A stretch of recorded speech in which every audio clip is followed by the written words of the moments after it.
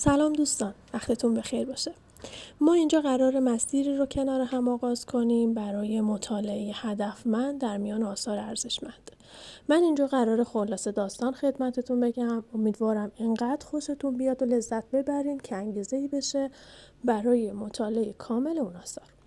اولین کتابی که انتخاب کردم افسانه‌های طبای اثر سوفوکل هستش که این کتاب شامل 3 نمایشنامه تراژیک هست که اولین نمایشنامه ادیپ شهریاره.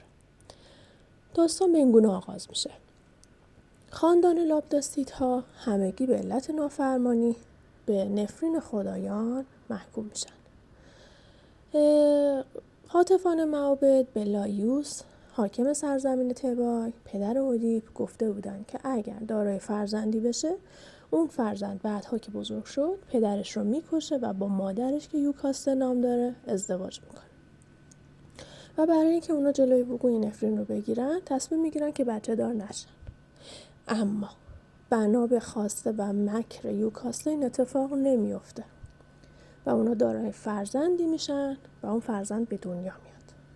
اما از اونجایی که دل کشتنش رو نداشتن و از وقوع نفرین میترسیدن چوپانی رو اجیر میکنن و از اون چوپان میخوان که اون بچه رو به دل کوهی به بیرون از شهر ببره و اونجا رهاش کنه تا خودش از بین بره. از اونجایی که چوپان دلش رو نداشته تصمیم میگیره که این بچه رو به نزد پادشاه بی فرزند سرزمین دیگری ببره و اونجا بزرگ بشه. این اتفاق میفته. این فرزند بزرگ میشه و ادیپ نام میگیره. ادیپ بعدها که بزرگ شد از سرنوشت شوم خودش آگاه میشه و تصمیم میگیره که پدر مادرش رو ترک کنه و تا جایی که ممکن ازشون دور بشه. غافل از این که نمیدونسته که اونها پدر مادر واقعیش نیستن و در مسیر راه با لایوس برخورد میکنه و در طی نبردی اون رو از بین میبره. وارد سرزمین تبای میشه و در اونجا چون که به معمای ابوالهول پاسخ میده مورد استقبال اون مردم اون سرزمین قرار میگیره و بنا به خواسته مردم سرزمین تبای که میخواستن که اون شهریار اون شهر بشه و با ملکه اون شهر که یوکاسته نام داشت ازدواج کنه تم میده. و اون اتفاقی که میترسید و اون نفرینی که همیشه سعی میکردن جلوش رو بگیرن ناآگاهانه و ناخودآگاه به وقوع میپیونده و اونها با هم ازدواج میکنن و حاصل این ازدواج 4 فرزند، 2 تا دختر 2 تا پسر هستش. سالها از این اتفاق میگذره. سرزمین تبای دچار بلای طاعون میشه.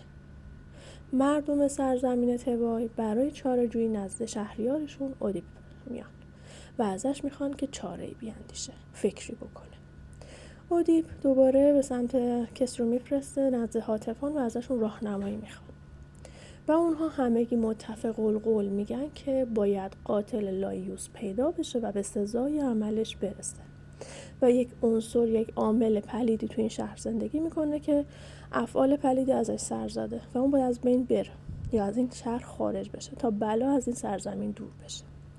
ادیپ مصرانه به دنبال حقیقت میگرده. خیلی ها سعی میکنن جلوشو بگیرن اما راضی نمیشه تا اینکه حقیقت رو کشف کنه. این اتفاق میفته و حقیقت آشکار میشه. اما تاب و توان مواجهه با حقیقت وجود نداره. یوکاسته خودش رو حلق‌آویز میکنه و خودکشی میکنه و ادیپ هم برای اینکه خودش رو تنبیه کنه چشمانش رو از حدقه در میاره و نابینا میشه و تصمیم میگیره که خودش رو به سرزمینی دور تبعید کنه. داستان ادیپ شهریار تا اینجا بود. یعنی نمایشنامه ادیپ شهریار داستانش تا اینجا بود. اما ادامه داستان در نمایشنامه بعدی که اودیپوس در کلونوس هست ادامه پیدا میکنه.